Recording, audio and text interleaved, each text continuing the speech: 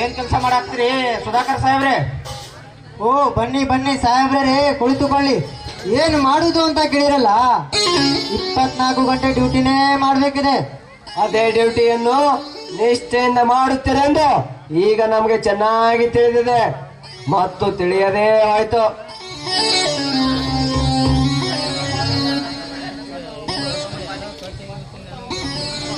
ಇಂಥ ಒಬ್ಬ police officer ನಮ್ ಗೌಡ್ರಿಗೆ ಹೆಗಲಾಗಿ ನಿಂತರೆ ಈ ಊರೇನು ಇಡೀ ನಾಡೇ ಬಂಗಾರದ ನಾಡು ಆಗುತ್ತೆ.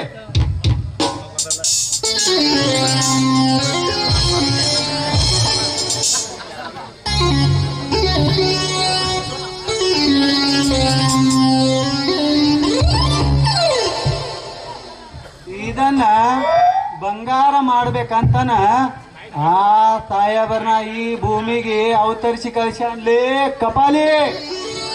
ನಿನ್ನೆ ರಾತ್ರಿನೇ ತಿಳಿತು ಇವ್ರು ಎಂತ ಗಂಡು ಕೆಲಸ ಮಾಡಿದ್ದಾರೆ ಅಂತ. ಬಡ್ಡಿ ಬಸಪ್ಪ, ಮತ್ತೊಮ್ಮೆ ಶರಣ ಮಾಡ್ತೀರಪ್ಪ.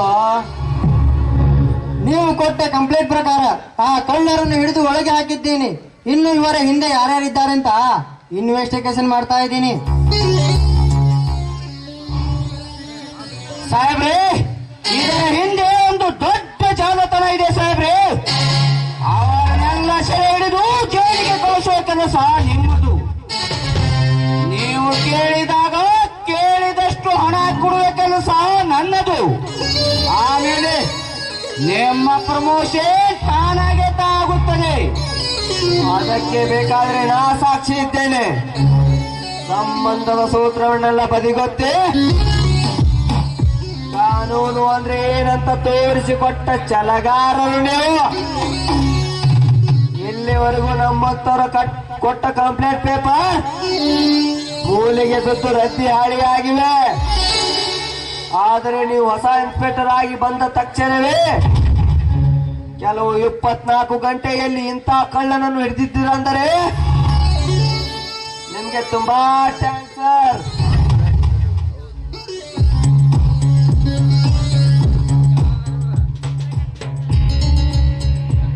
ಹೌದು ಮುನಿರತ್ನ, ಹೌದು. ಗಡಿ ಕೈ ಸೈನಿಕನ ಕೈಯಲ್ಲಿ ಮತ್ತು ಸಮಾಜ ಕಾಯ ಪೊಲೀಸ್ ಕೈಯಲ್ಲಿ ಗನ್ ಕೊಟ್ಟಿದೆ ನಮ್ಮ ಸರ್ಕಾರ. ಅನ್ಯಾಯ ಮಾಡೋ ಜನ ಕಳ್ಕೋತಾರೆ ಅಂತ ಇವರ ಕೈಯಲ್ಲಿ. ಹಾ ಸಾಹೇಬ್ರೆ, ಇದೇ ರೀತಿ ನೀವು ಸರ್ಪವಾಗಿ ನಿಂತರೆ ನಮ್ಮ ಗೌಡ್ರ ದರ್ಪದಂತೆ ಹಾರದರೆ ಸಂಖ್ಯವೇ ಇಲ್ಲ.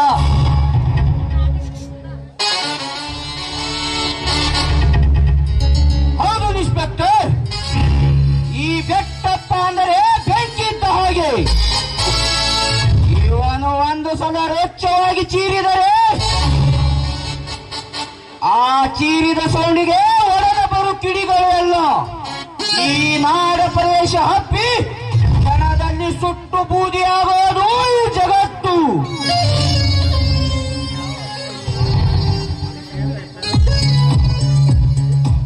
ಅದಕ್ಕಂತೆ ಈ ಒಳಗಿರೋ ಈ ಬಡಪಾಯಿಯನ್ನು ಹೊರತಂದು ನಮ್ಮ ಬಂಗಾರ ವಸೂಲು ಮಾಡಿಕೊಂಡು ಬಿಡ್ರಿ ಗೌಡ್ರಿ.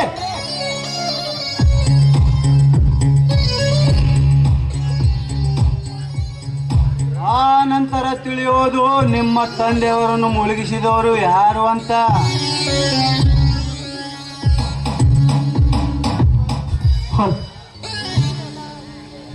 ಲೇ ಬಡ್ಡಿ ಬಸಪ್ಪ,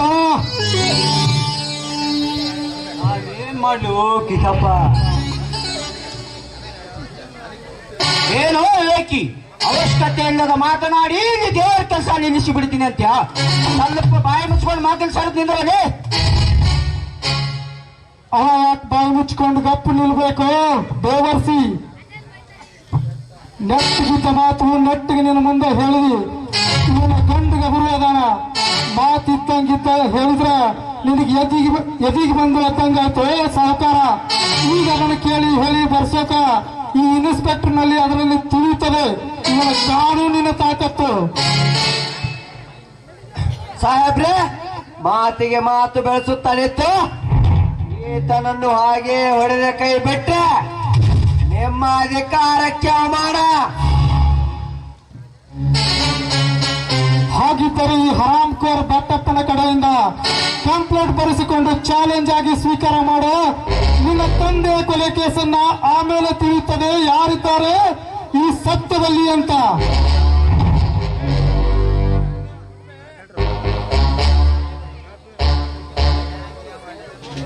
ಸಾಹೇಬ್ರೆ, ಮಾತಿಗೆ ಮಾತು ಬೆಳೆಸುತ್ತಾನಿತ್ತು ಈತನನ್ನು ಹೊಳೆಯದೆ ಹಾಗೆ ಕೈ ಬಿಟ್ರೆ ನಿಮ್ಮ ಅಧಿಕಾರಕ್ಕೆ ಅವಮಾನ.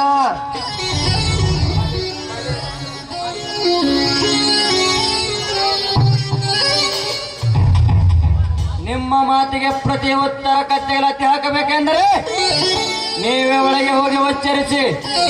ಈ ನಿಮ್ಮ ಪೊಲೀಸ್ ಬ್ಯಾಲ್ಟ್. ಕಪಾಲಿ ಮಾತಾಡು, ಹೊಡಿಸಬೇಡು, ಈ ಕೇಸು ಉಲ್ಟಾ. ಅದಕ್ಕೆ ಹೆದರುವ ಗಂಡು ನಾನಲ್ಲ. ಪತಿ ಬಸಪ್ಪ ಇಂದು ಸಿಕ್ಕಂತ ಕುರಿ ಹಾಲು ಕುಡಿದು ಕುಸ್ತಿ ಆಡಿ ಬೆಳೆದು ನಿಂತ ಗಂಡು ದೇಹ ಇದು. ನಿಮ್ಮ ಅದಂತ ಮೇರು ಬಂಡೆ ಬಂದು ಬಿದ್ರು ತಕ್ಕಲಾರದು ಈ ಬಜರಂಗಿಯ ಗಂಡದೆ.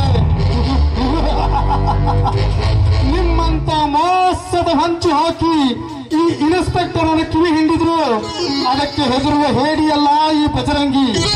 ನಾನು ನಿಜವಾಗಿಯೂ ದುರ್ಗಾದೇವಿ ಬಂಗಾರ ಕಳ್ತನ ಮಾಡಿದ್ರೆ ಆ ತಾಯಿಯ ಶಕ್ತಿ ಇದ್ರೆ ಈಗಲೇ ನನ್ನ ಕಣ್ಣು ಹೋಗ್ಲಿ, ಕಾಲು ಮುರಿಯಲಿ.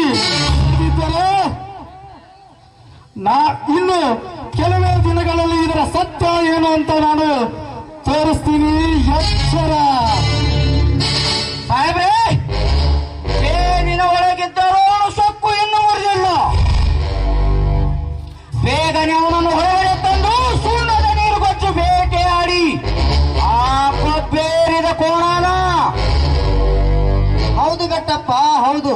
ಇವನ ಸೊಕ್ಕಿನ ಮಾತಿಗೆ ಮೌನ ವಹಿಸಿ ನಿಂತರೆ ನಮ್ಮ ಮಾನವೇ ಉಳಿಯೋದಿಲ್ಲ. ನೀವು ಹೇಳಿದ್ದ ಹಾಗೆ ಈ ಖಾಕಿ ಅಂದ್ರೆ ಏನು ಅಂತ ತೋರಿಸುತ್ತೇನೆ ಈ ಪಾಪಿಗೆ. ಪಿಸಿ ಸರಪಳಿ ಸಮೇತವಾಗಿ ಹೊರಗೆ ಹಿಡಿದುಕೊಂಡು ಬನ್ನಿರಿ ಈ ಕೋಣನ. ಮನಸ್ಸಿಗೆ ಬಂದಂತೆ ಸಡಿ ಆಟ ಆಡ್ತೀನಿ ಇದರ ಜೊತೆ.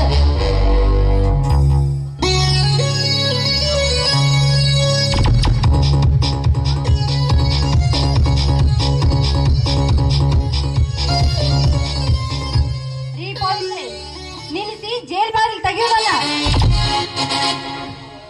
ಅದನ್ನು ಹೇಳೋಕೆ ನೀನ್ ಯಾರು? ನಾನ್ ಯಾರ? ಏನು ತಪ್ಪು ಮಾಡಿದ್ರುವ ಆ ಹೆಬ್ಬುಲನ್ನು ಒಳಗಡೆ ಹಾಕಿದ್ರಲ್ಲ, ಅವನನ್ನು ಬಿಡಿಸಲು ಹೋಗಲು ಬಂದ್ರು. ವಕೀಲ್ ಸಮೇತ ಕರ್ಕೊಂಡು ಬಂದಿರುವೆ. ನಾನ್ ಯಾರು ಗೊತ್ತಾ? ಬಜರಂಗಿಯ ಹೆಂಡತಿ.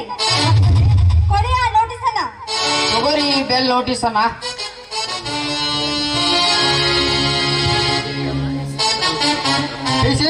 ಈ ಬಜರಂಗನು ಬಿಡುಗಡೆ ಮಾಡಿರಿ.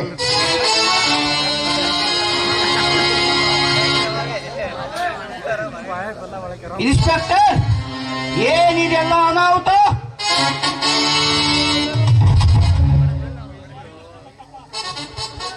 ಸಾರಿ ಮಿಸ್ಟರ್ ಬೆಟ್ಟಪ್ಪ, ಇದು ಕೋರ್ಟಿನಿಂದ ತಂದಿದ್ದಾರೆ ಈ ಬೇಲ್ ಆರ್ಡರ್. ನಾವು ಏನು ಮಾಡ್ಲಿಕ್ಕೆ ಆಗೋದಿಲ್ಲ, ಬಿಡಲೇಬೇಕಾಗುತ್ತದೆ. ಹೀಗಾದರೆ ನಮ್ಮ ದೇವಸ್ಥಾನದ ಬಂಗಾರಗತಿ ಹೇಗೆ ಸರ್? ಅದೆಲ್ಲ ಮುಂದೆ ಕೋರ್ಟಿನ ಆದೇಶದ ಪ್ರಕಾರ ತನಿಖೆ ಆಗುತ್ತದೆ. ಇವನೇ ಕಳ್ಳ ಅಂತ ಸಾಬೀತಾದ್ರೆ ಶಿಕ್ಷೆ ಆಗುತ್ತದೆ. ತಾವಿನ್ನು ಬರಬಹುದು.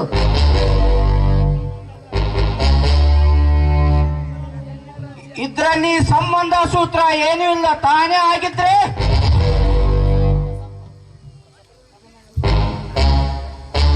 ಗೌಡ್ರ, ಅದನ್ನ ಎಲ್ಲಾನು ಇವ್ರ ಮುಂದೆ ಹೇಳ್ಬೇಡ, ಬರ್ರಿ.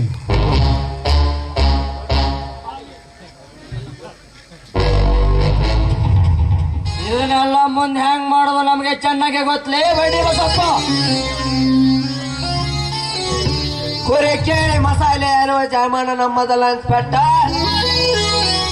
ಸಮಯ ನೋಡಿ ಭೇಟಿ ಆಗ್ತೇವೆ, ನಾವಿನ್ನು ಬರ್ತೇವೆ. ನಿಲ್ಲಿರಿ ಸ್ವಲ್ಪ. ನನ್ನ ಮಾತನ್ನು ಕೇಳಿಸಿಕೊಂಡು ಹೋಗಿರಿ ನೀವೆಲ್ಲರೂ.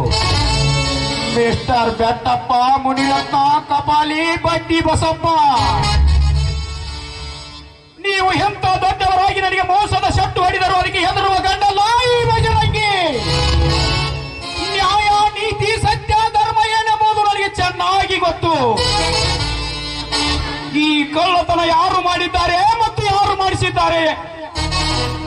ನನ್ನ ಮಾವ ಅಂದರೆ ಈ ಸಾಹೇಬರ ಕೊಲೆಯನ್ನು ಯಾರು ಮಾಡಿಸಿದ್ದಾರೆ ಎಂಬುದು ಸ್ವತಃ ನಾನೇ ಕಂಡು ಹಿಡಿದು ಅಮಾಯಕರ ತಲೆ ಮೇಲೆ ಕಾಲಿಟ್ಟು ಸೊಕ್ಕಿನಿಂದ ನಾವೇ ಪುಂಡರೆಂದು ಮೆರೆಯುತ್ತಿರುವವರ ಚಂಡವನ್ನೇ ಕತ್ತರಿಸಿ ಅವರ ರಕ್ತದಲ್ಲಿ ಓಕಳಿಯಾಡಿ ಅವರ ನರನಾಡಿಗಳನ್ನು ಹರಿದು ಹಾಕಿ ಸ್ವತಃ ನಾನೇ ಬಂದು ಮತ್ತೆ ಈ ಜೈಲಿಗೆ ಸೇರದಿದ್ದರೆ ನನ್ನ ಹೆಸರು ಭರ್ಜರಿ ಬಜರಂಗಿನೇ ಅಲ್ಲ.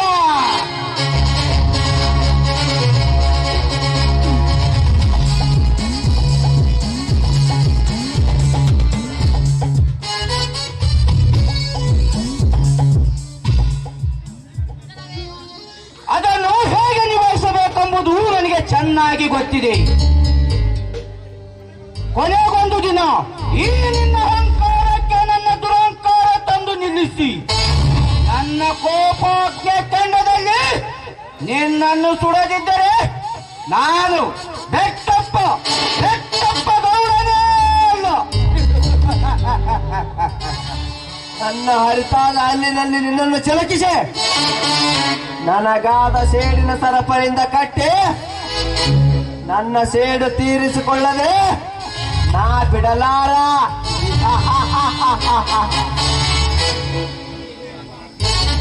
ಇದೇ ನಿಮ್ಮ ಆಜ್ಞೆಯಾಗಿ ನನ್ನನ್ನು ಯುದ್ಧಕ್ಕೆ ನಿರ್ಮಿಸಿದ್ದರೆ ಆ ಪ್ರಬುದ್ಧ ಭಜಂಗಿಯನ್ನು ಆ ರಕ್ಷಣದಲ್ಲಿ ಗುದ್ದುಕೊಳ್ಳುವೆ.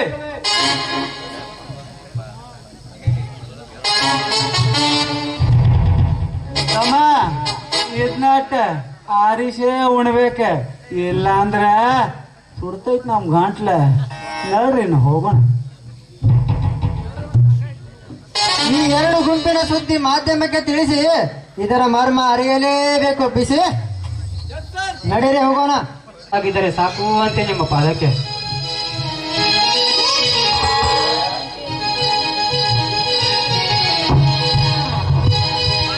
ಕುರಿ ಹಾಕಿ ಬಂದಿನಿ ತಟ್ಟ್ಯಾಗ ಹೋಗುಣವಾ ಮಟ್ಟಿ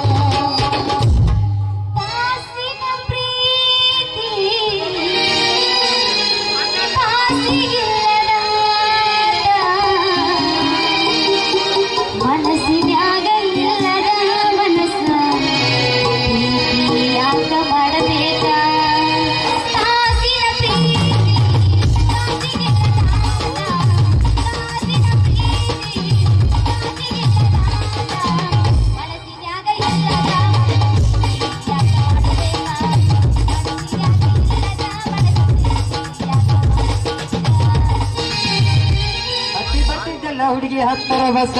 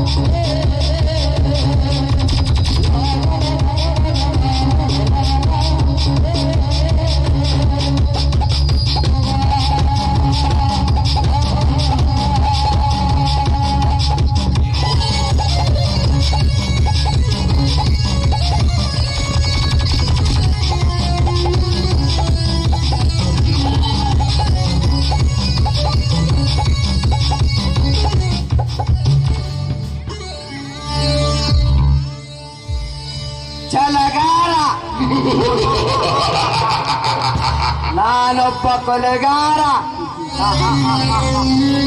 ಈ ಸಮಾಜದಲ್ಲಿ ನಾನೊಬ್ಬನೇ ಹಣ ಗಳಿಸುವ ಕೊಲೆಗಾರನಾಗಬೇಕಾದರೆ ನನ್ನ ಚಪ್ಪಲತೆಯನ್ನು ಮುಂದುವರಿಸಲೇಬೇಕು. ಈ ಸೃಷ್ಟಿಯ ಅಷ್ಟದಿಕ್ಕಾಲದಲ್ಲಿ ನಾ ಕುಬೇರನಂತ ಶ್ರೀಮಂತನಾಗಬೇಕಾದರೆ ಆ ಬೆಟ್ಟಪ್ಪನ ಭಂಡಾರವನ್ನು ಸೇರಲೇಬೇಕು.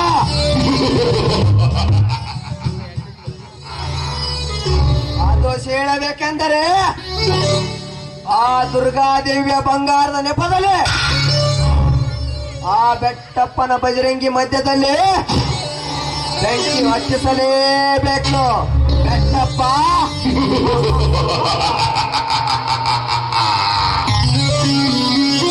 ಆ ಬೆಂಕಿಯಲ್ಲಿ ನೀವೆಲ್ಲರೂ ಭಸ್ಮವಾಗಿ ಭೈರಥನ ಪಾದ ಸೇರುವಿರಿ.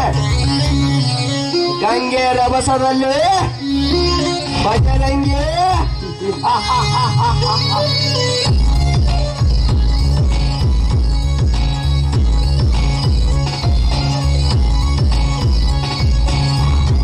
ಮಾಡಿದ ಮೋಹದ ಮುದ್ದೆ ಸೇಡು ತೀರಿಸ್ಕೋಬೇಕಾದರೆ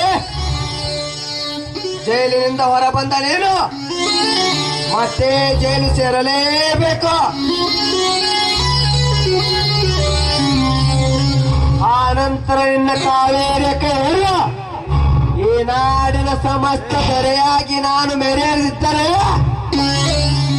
ನನ್ನ ಹೆಸರು ಮುನಿರತ್ನನೇ ಅಲ್ಲ.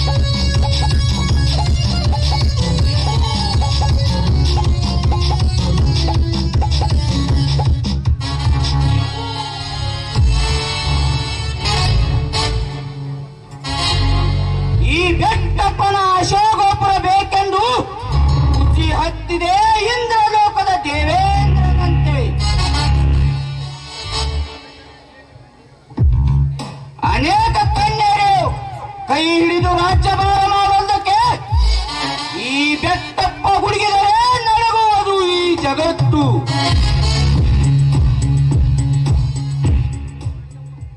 ಈ ಬೆಟ್ಟಪ್ಪ ಕೈ ಎತ್ತಿದರೆ ಕೈ ಮುಗಿದು ನಿಲ್ಲುವರು ಈ ನಾಡಿನ ಜನ. ಈ ಬೆಟ್ಟಪ್ಪ ಅಡಿ ಇಟ್ಟರೆ ಓಡಿ ಬಂದು ಕಾಲಡಿ ಬೀಳೋರು ಈ ನಾಡಿನ ಜನ. ಅಂಥದರಲ್ಲಿ ಏಕೋಚಿತ್ತು ಒಬ್ಬ ಬಜರಂಗಿ ನನಗೆ ಎದುರಾಗಿ ನಿಂತಿರೋನೆಂದರೆ ಇದಕ್ಕೆ ಯಾವುದೇ ಒಂದು ಹಿನ್ನೆಲೆ ಇರಲೇಬೇಕು. ಬಜರಂಗಿ, ನೀನು ಇನ್ನು ನನ್ನ ಕೈಯಿಂದ ತಪ್ಪಿಸಿಕೊಂಡು ಬದುಕೋಕ್ಕೆ ಸಾಧ್ಯವೇ ಇಲ್ಲ. ಇವತ್ತು ನೀನು ನಿನ್ನ ಹೆಂಡತಿ ಸಹಾಯದಿಂದ ಬೇನಾಗಿ ಮನೆಗೆ ಹೋಗಿರಬಹುದು. ನಾಳೆ ಕೋರ್ಟಾದೇಶದ ತನಿಖೆಯಲ್ಲಿ ನಾನು ಮಾಡಿದ್ದ ಅನೇಕ ಕೊಲೆ ಕೇಸ್ಗಳೊಂದಿಗೆ ದೇವರ ಬಂಗಾರ ಕಚ್ಚಿದು ಇವಳು ಎಂದು ಶೋಭಿಸ ಮಾಡಿ ನಿನಗೆ ಜೀವಾದಿ ಶಿಕ್ಷೆ ನೀಡದಿದ್ದರೆ ನನ್ನ ಹೆಸರು ಬೆಟ್ಟಪ್ಪ ಗೌಡನೇ ಅಲ್ಲ.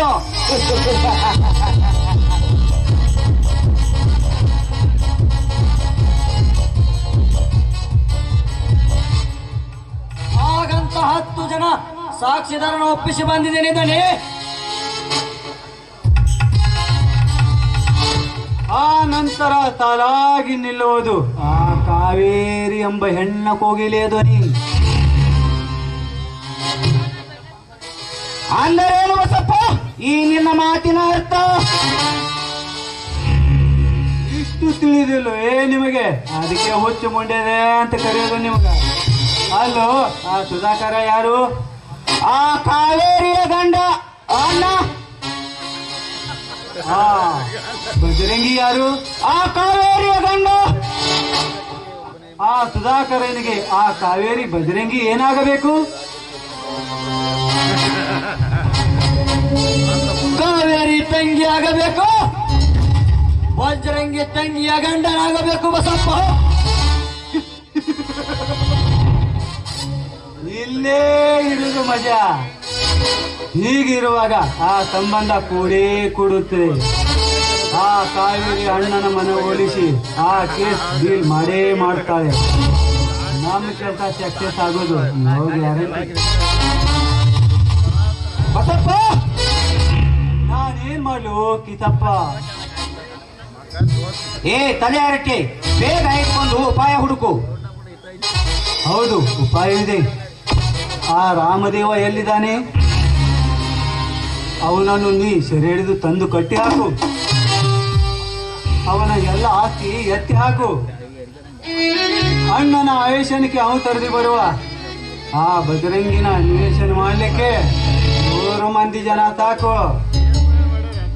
ಆ ಸುಧಾಕರನಿಗೆ 100 ಕೋಟಿ ಹಣದ ಆಸೆ ಹಚ್ಚಿ ಅವನ ಕೈಯಿಂದಲೇ ಗುಂಡು ಹಾಕಿಸಿಬೇಡೋಣ. ಆಗ ನೋಡುವಂತ್ರಿ ನಮ್ಮ ದರ್ಪಣ. ನೀನೇ ರಾಜ, ನಾನೇ ಪ್ರಧಾನಿ. ಏನಂತೀರಿ ನೀವು ಇದಕ್ಕೆ ಗೌಡ್ರೆ?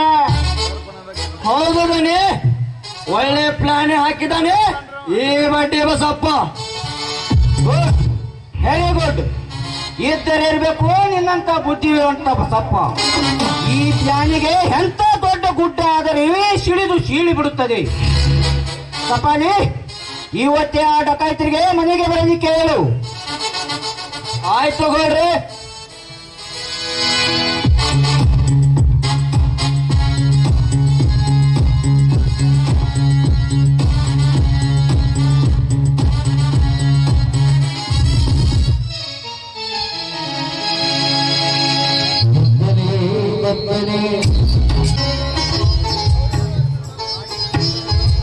ಸ್ವಾಮಿ, ಎಷ್ಟು ದಿನ ಅಂತ ಹೀಗೆ ಮೌನವಾಗಿ ಕುಳಿತುಕೊಳ್ಳುವ್ರಿ?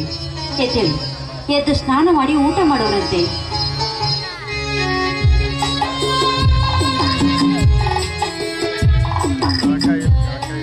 ಏನು ಮಾಡಲಿ ಸೀತಾ?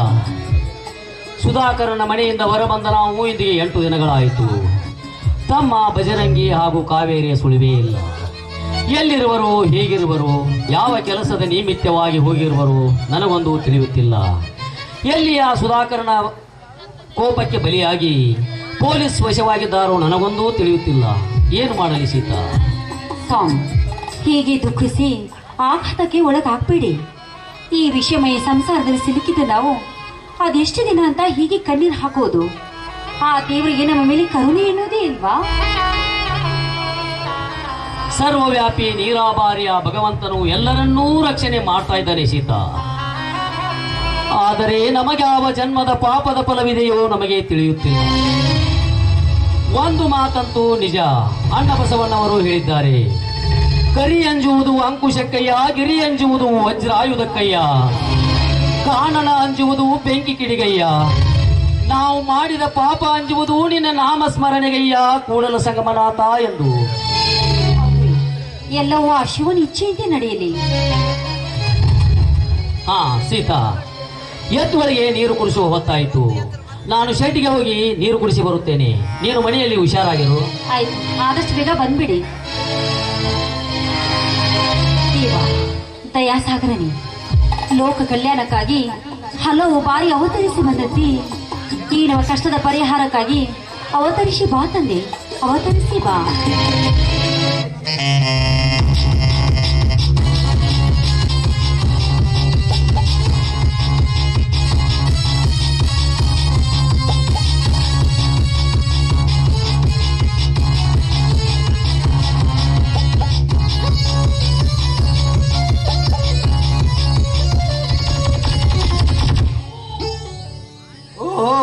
ಇವಳೇನು ಬೇಲೂರಿನ ಶಿಲಾಬಾಲಿಕೆಯೋ, ಇಂದ್ರಲೋಕದಿಂದ ದರೆಗಿಳಿದು ಬಂದ ರಂಬೆಯೋ? ಇವಳನ್ನು ತಬ್ಬಿಕೊಂಡು ಯಾವ ಕಡೆಯಿಂದ ಚುಂಬಿಸಿದರು ಸಕ್ಕರೆ ಪಾಕೇ ಇರಬೇಕು. ಏನಿವಳ ಮೈಕೈಗಳಲ್ಲಿ ತುಂಬಿರುವ ಒಬ್ಬನ್ನ, ನೀಟಾಗಿ ಕಾಣುವ ಇವಳನ್ನು ತಬ್ಬಿಕೊಂಡು ನನ್ನ 2 ಕಣ್ಣಿನಿಂದ ನೋಡಲಿಕ್ಕೆ ಸಾಧ್ಯವೇ ಆಗ್ತಾ ಇಲ್ಲ.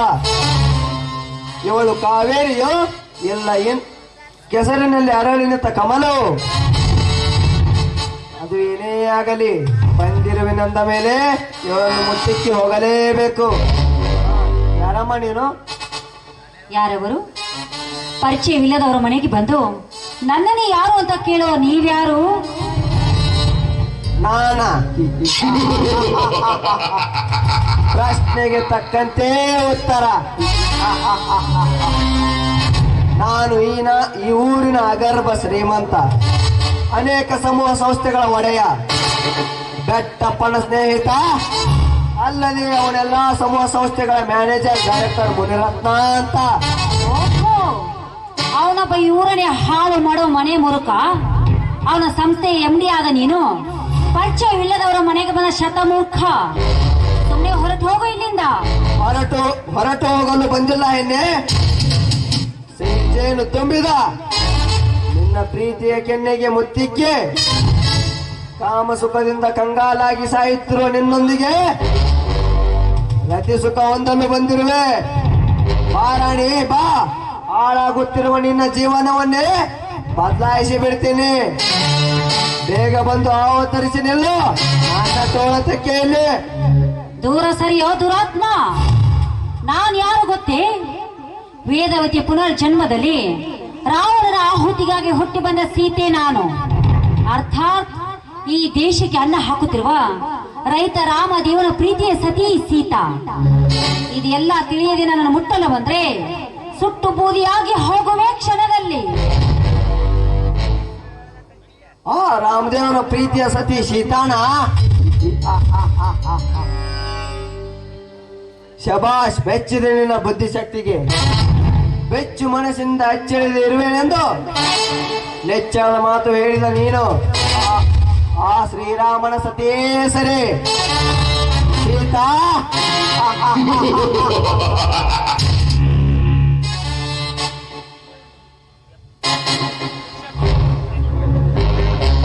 ಆ ರಾವಣ ಸೀತೆ ಕೇಳು ನಿನ್ನಂತೆ ಆ ಸೀತಾ ಹಠ ಮಾಡಿದ್ದರಿಂದಲೇ ಆ ಲಂಕಾಧಿಪತಿ ರಾವಣನ ಅಶೋಕನ ವನದಲ್ಲಿ ಅವನೊಂದಿಗೆ ಇದ್ದಳು ಎನ್ನುವುದನ್ನು ಮರ್ತಿರುವೆಯಾ? ಏನು ನೀನು ನನ್ನ ಜೀವನವನ್ನೇ ಬದಲಾಯಿಸ್ತೀಯ? ಮರ್ಯಾದೆ ಕೊಟ್ಟಂತೆಲ್ಲ ಬಾಯಿಗೆ ಬಂದಂತೆ ಮಾತಾಡ್ತೀಯನೋ ಬಡವ. ತಡವಾದ್ರಿ ಆ ಸೀತಾ ಮಾತೆಯಂತೆ ನನ್ನನ್ನು ಅಪಹರಣ ಮಾಡ್ತೀಯ? ಕೇಳೋ ನಾಲಾಯಕ, ಆ ಸೀತಾ ಮಾತೆಗೆ ಶೂರ ಧೀರನಂತ ಒಬ್ಬ ಲಕ್ಷ್ಮಣ ಏನೋ ಮೈದುನ ಇದ್ದ ಹಾಗೆ ನನಗೂ ಕೂಡ ಭಜರಂಗಿ ಏನೋ ಒಬ್ಬ ಮೈದುನ ಇದ್ದಾನೆ. ನಿನ್ನಲ್ಲಿ ಗಂಡಸ್ತನದ ತಾಕತ್ತಿದ್ದೇ ನಿಜವಾದ್ರೆ ನನ್ನನ್ನು ಮುಟ್ಟೋ ನೋಡೋಣ. ಅವರು ಬರೋದ್ರೊಳಗಾಗಿ ನಾನೇ ನಿನ್ನ ರಕ್ತದ ಕುಳಿ ಆಡಿಬಿಡ್ತೀನಿ. ಏ ಸೀತಾ, ಕೊಡಲಿ ತೋರಿಸಿ ನನ್ನನ್ನು ಹೆದರಿಸ್ತೀಯಾ? ನಾನು ನನ್ನ ಕೋಪವನ್ನು ಸುಮ್ಮನೆ ಕೇಳಿಸಬೇಡ. ನಾನು ಹಠಕ್ಕೆ ಬಿದ್ದರೆ ಮುಂದಿಟ್ಟ ಕಾಲನ್ನು ಹಿಂದಿಡುವನಲ್ಲ ಮುನಿರತ್ನ. ನಾನು ಮನಸ್ಸು ಮಾಡಿದ್ರೆ ಈಗಲೇ ನಿನ್ನ ಹಾಳು ಮಾಡಿ ಬಿಡುವೆ. ಒಂದೇ ಹೆಜ್ಜೆ ಮುಂದಕ್ಕಿಟ್ಟು ನನ್ನನ್ನು ಮುಟ್ಟಲು ಬಂದ್ರೆ ತಿತ್ತ ಹುಲಿಯಾದ ನನ್ನ ಮೈದುನ ನೀನಿದ್ದ ಕಾಲನ್ನು ಕಡಿದು ಹಾಕಲು ಬಂದೇ ಬರುತ್ತಾನೆ. ಸೀತಾ ಸೀತಾ, ನಿನ್ನ ರೂಪಲಾವಣ್ಯಕ್ಕೆ ಮನಸೋತ ನಾನು ಯಾವ ಕೆಚ್ಚನೆ ವೀರ ಬಂದು ಕಡಿದು ಹಾಕಿದರು ನಾನು ಕೆಡವಿ ಆಡದೆ ಬಿಡಲಾರೆ.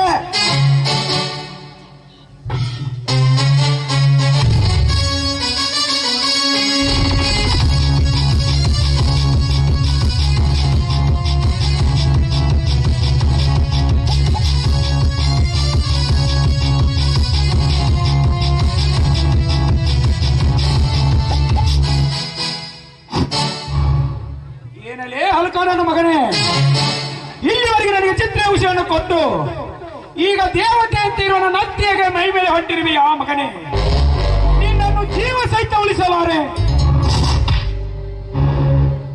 ನನ್ನ ಈ ಕಾರ್ಯಕ್ಕೆ ಅಡ್ಡಿಯಾಗಿ ನನ್ನ ಕೆನ್ನಿಗೆ ಬಾರಿಸಿದವನು ನೀನಾವನಲ್ಲೇ.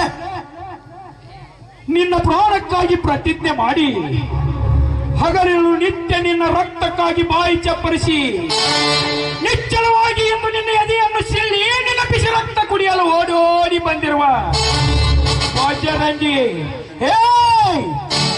ಬಜರಂಗಿ ಎಂಬ ತೀರ ನನ್ನ ರಕ್ತ ಕುಡಿಯಬೇಕೆಂಬುದು ನಿನ್ನ ಚರಿತ್ರೆಯಲ್ಲೇ ಬರೆದಿಲ್ಲ ಕೊಂಡೆ.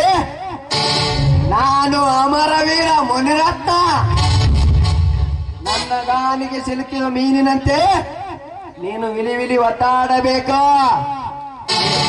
ಇಡೀ ಪೊಲೀಸ್ ಡಿಪಾರ್ಟ್ಮೆಂಟ್ ನನ್ನ ಕೈವಶದಲ್ಲಿ ಇರುವಾಗ ಅದೇ ನಿನ್ನ ಸುಧಾಕರನಿಂದ ನಿನ್ನ ಜೀವಂತ ಹಣ ಸುಡದೆ ಹೋದರೆ ನಾನು ಮುನಿರತ್ನನೇ ಅಲ್ಲ.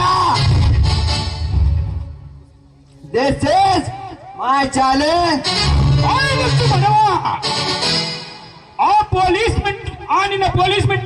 ಪೊಲೀಸ್ ಡಿಪಾರ್ಟ್ಮೆಂಟ್ ಕಣ್ಣು ತೆರೆದೊಳಗಾಗಿ ನಿಮ್ಮೊಬ್ಬೊಬ್ಬರ ರುಂಡವನ್ನೇ ಚೆಂಡಾಡಿ ಆ ರುಂಡಕ್ಕೆ ನೊಂದಗರತಿಯರ ಚಪ್ಪಲಿ ಸರ ಹಾಕಿ ನಮ್ಮೂರು ಅಗಸಿಯ ಬಾಗಲಿಗೆ ಕಟ್ಟದಿದ್ದರೆ ನಾನೊಬ್ಬ ಹೇಳಿ ಗಂಡಸೆಂದು ಉಳಿ ನಾಡಿಗೆ ನಾಡೆ ಕೇಕೆ ಹಾಕಿ ನಗಲಿ.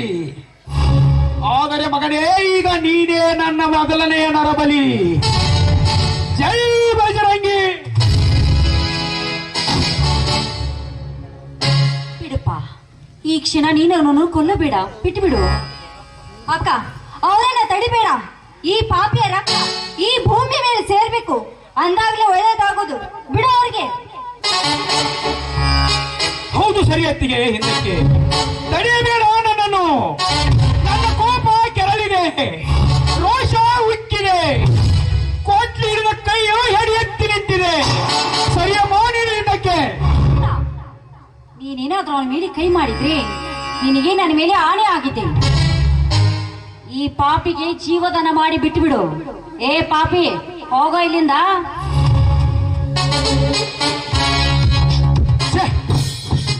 ಎಂತ ಹೇಳಿ ಕೆಲಸ ಮಾಡಿಬಿಟ್ಟೆ ಅತ್ತಿಗೆ, ಎಂತ ಹೇಳಿ ಕೆಲಸ ಮಾಡಿಬಿಟ್ಟೆ.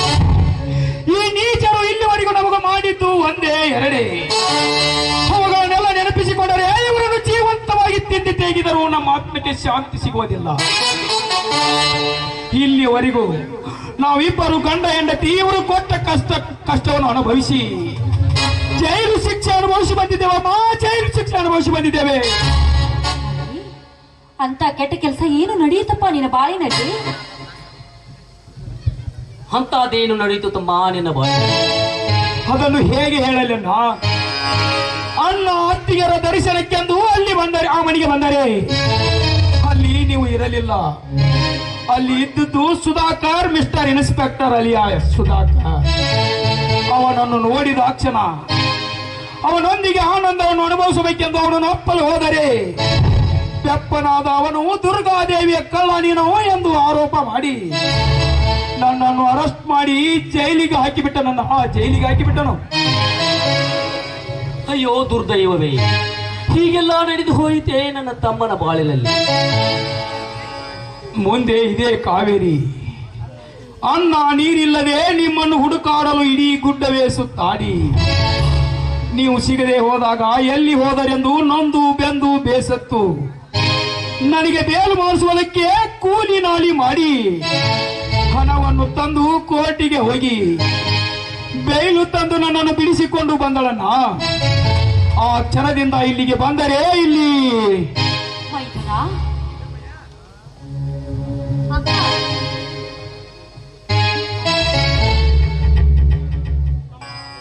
ತಮ್ಮ, ಅದೇ ದಿನ ನಮಗಾದ ಪರಿಸ್ಥಿತಿಯನ್ನು ನಿನ್ನ ಮುಂದೆ ಹೇಳಿಕೊಂಡರೆ, ಈ ಸಮಾಜದ ಎದುರಿಗೆ ಕೇಳಿಕೊಂಡರೆ ನಾವೇ ಸಣ್ಣವರಾಗುತ್ತೇವೆ. ಈಗ ನಾವೆಲ್ಲ ಕೂಡಿಕೊಂಡೇವಲ್ಲ, ಅಷ್ಟೇ ಸಾಕು. ಹಿಂದಾದದ್ದನ್ನ ಮರೆಯೋಣ, ಮುಂದೇನು ಮಾಡಬೇಕು ಎನ್ನುವುದನ್ನ ಯೋಚಿಸೋಣ. ಬಾರಪ್ಪ, ಬಹಳ ದಿವಸಕ್ಕೆ ನಿಮ್ಮನ್ನು ನೋಡಿದಂಗಾಯ್ತು. ಎಲ್ಲರೂ ಸೇರಿ ಒಂದು ಗೀತೆಯನ್ನು ಹೊಡೋಣ. ನಮ್ಮ